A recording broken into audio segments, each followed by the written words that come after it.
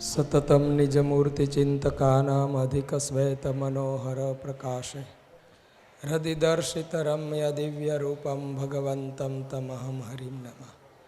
बोलो स्वामीनारायण भगवाननी जय, लक्ष्मीनारायण देवनी जय। મંદિરની અંદર બિરાજતા આરાધ્ય ઈષ્ટદેવ વાલાવાલા સ્વામિનારાયણ ભગવાન, લક્ષ્મીનારાયણ દેવ, ગોપીનાથજી મહારાજ, હરિકૃષ્ણ મહારાજ, એમનો 6ઠ્ઠો વાર્ષિક પાટોત્સવ. એ પાટોત્સવની અંદર સરસ રીતે આજે ઠાકોરજીનો અભિષેક કરી અને દર્શનનું સુખ આપ્યું એવા વાલાવાલા પૂજ્યપાદ આપણા ગુરુવર્ય એવા આચાર્ય મહારાજ શ્રી અહીં મંદિરમાં રહી અને ખૂબ સરસ રીતે કોઠારી પદને નિભાવી અને ખૂબ સરસ રીતે સત્સંગનો વિકાસ કરતા એવા પૂજ્ય પુરાણી સ્વામી ન્યાલકર્ણ સ્વરૂપદાસજી સ્વામી, પૂજ્યપાદ અમારા ગુરુ કણભાથી પધારેલા પૂજ્ય સદગુરુ શાસ્ત્રી સ્વામી સત્સંગ ભૂષણદાસજી સ્વામી, અમારા સ્નેહી મિત્ર પૂજ્ય દિવ્યસાગરદાસજી સ્વામી, કોસાડ છેક જોથાણથી પધારેલા એવા પૂજ્ય જગત પાવનદાસજી સ્વામી, યજમાન પરિવાર એવા બાપભાઈ જોગાણી વગેરે, ધનજીભાઈ ને બધાએ, રાકેશભાઈ ને બધાએ ભાવિક ભક્તોને જાજા કરીને જય સ્વામિનારાયણ.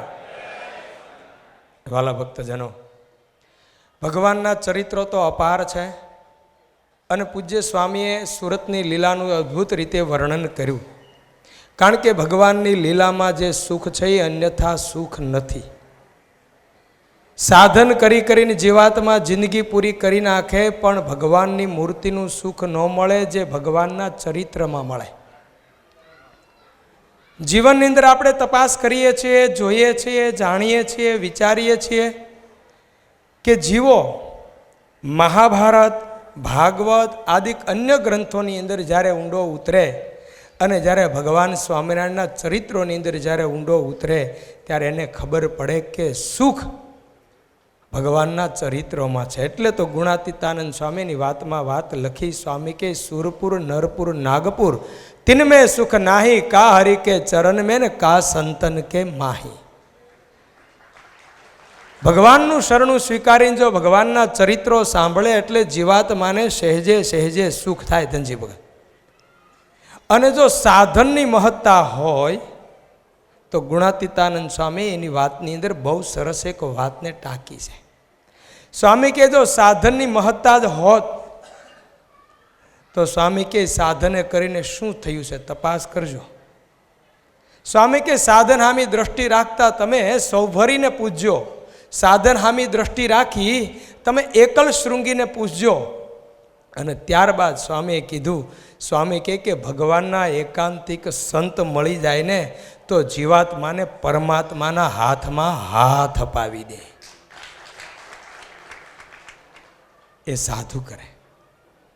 અને પૂજ્ય આગળ સ્વામીએ કહ્યું એમ મહારાજશ્રી તો એટલા નિર્મળ હૃદયના, એટલા નિખાલસ હૃદયના અને એટલો મહિમા જેટલો વાસ્તવિક આમ ગણું તો સંતોનો અને હરિભક્તોનો જેટલો મહિમા મહારાજશ્રીને આપણો છે ને એટલો આપણને એનો મહિમા આવી જાય ને તો આપણા જીવન સુખથી ભરાઈ જાય એમ છે. કારણ કે મહિમા વસ્તુ જુદી છે. આ જ રુસ્તમબાગની ધરતી જ્યારે ઉજળ પડી હતી, આમ પ્રસાદીનું સ્થાન હતું, કોઈ રહેતું નહોતું, સંતો એટલે મંદિરનો કોઈ વિકાસ થતો નહોતો. અને એમાં પૂજ્ય નવતમ સ્વામી જ્યારે ટેમ્પલ બોર્ડ ઉપર હતા અને ત્યારે પૂજ્ય વિશ્વલભદાસજી સ્વામીને કોઠારી પદે અહીંયા મૂકી અને સરસ મજાનું મંદિરનું નિર્માણ કર્યું. એ તમે બધા ભક્તો સાક્ષી છો. 15 વર્ષ સુધી અહીં રહી મંદિરનું નિર્માણ કર્યું, પ્રતિષ્ઠા કરી, ધામધૂમથી સરસ મજાના દેવો પધરાવી આપ્યા અને આવો સરસ મજાનો વિકાસ થયો. એમાં કાલ મહારાજશ્રી પણ જ્યારે અમે અહીંયા કોઠારી પદે હતા ને ત્યારે મહારાજશ્રી આવ્યા ત્યારે પણ કહેતા કે આ મંદિર માટે અમે રાત્રિ દિવસ જોયું નથી. આ આખા સંપ્રદાયની અંદર ન જાણતો તો બાપજી એક જ મંદિર આપનું એવું હશે કે રાત્રિ દિવસ આપણે પ્રયત્ન કર્યો હશે તમે આ મંદિર માટે.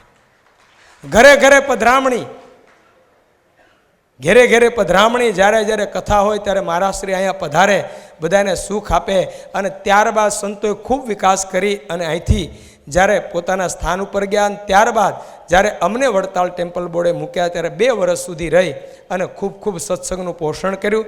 અને હવે પૂજ્ય ન્યાલકંઠ સ્વામી ખૂબ ખૂબ અહીંયા રહીને સત્સંગનું પોષણ કરે. પૂજ્ય શાસ્ત્રી સ્વામી અને ન્યાલકંઠ સ્વામી એ બધાય જો આમ તો અમે અમદાવાદ દેશની અંદર વર્ષો સુધી જોડી રહ્યા છે. એમના ગુરુ પૂજ્ય ધ્યાની સ્વામી એ તો ખૂબ વચનસિદ્ધ પુરુષ. રાત્રિ દિવસ એણે હરિભક્તોના સુખાર્થે ક્યાંય પાછું વળીને જોયું નથી.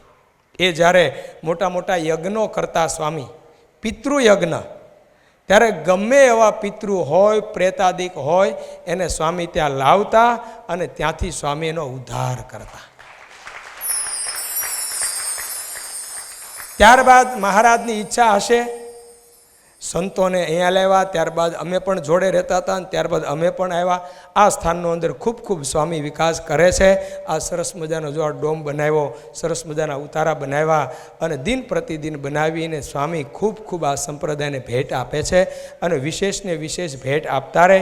અને યજમાન પરિઓને ભગવાન ખૂબ ખૂબ આલોકની અંદર ને પરલોકની અંદર તન મન ધનથી સુખી કરે એવી અમારા ગુરુવતી પૂજ્ય નારાયણ મુનિદેવના ચરણોમાં પ્રાર્થના સાથે મારી વાણીને વિરામ આપું. બોલો સ્વામિનારાયણ ભગવાનની જય.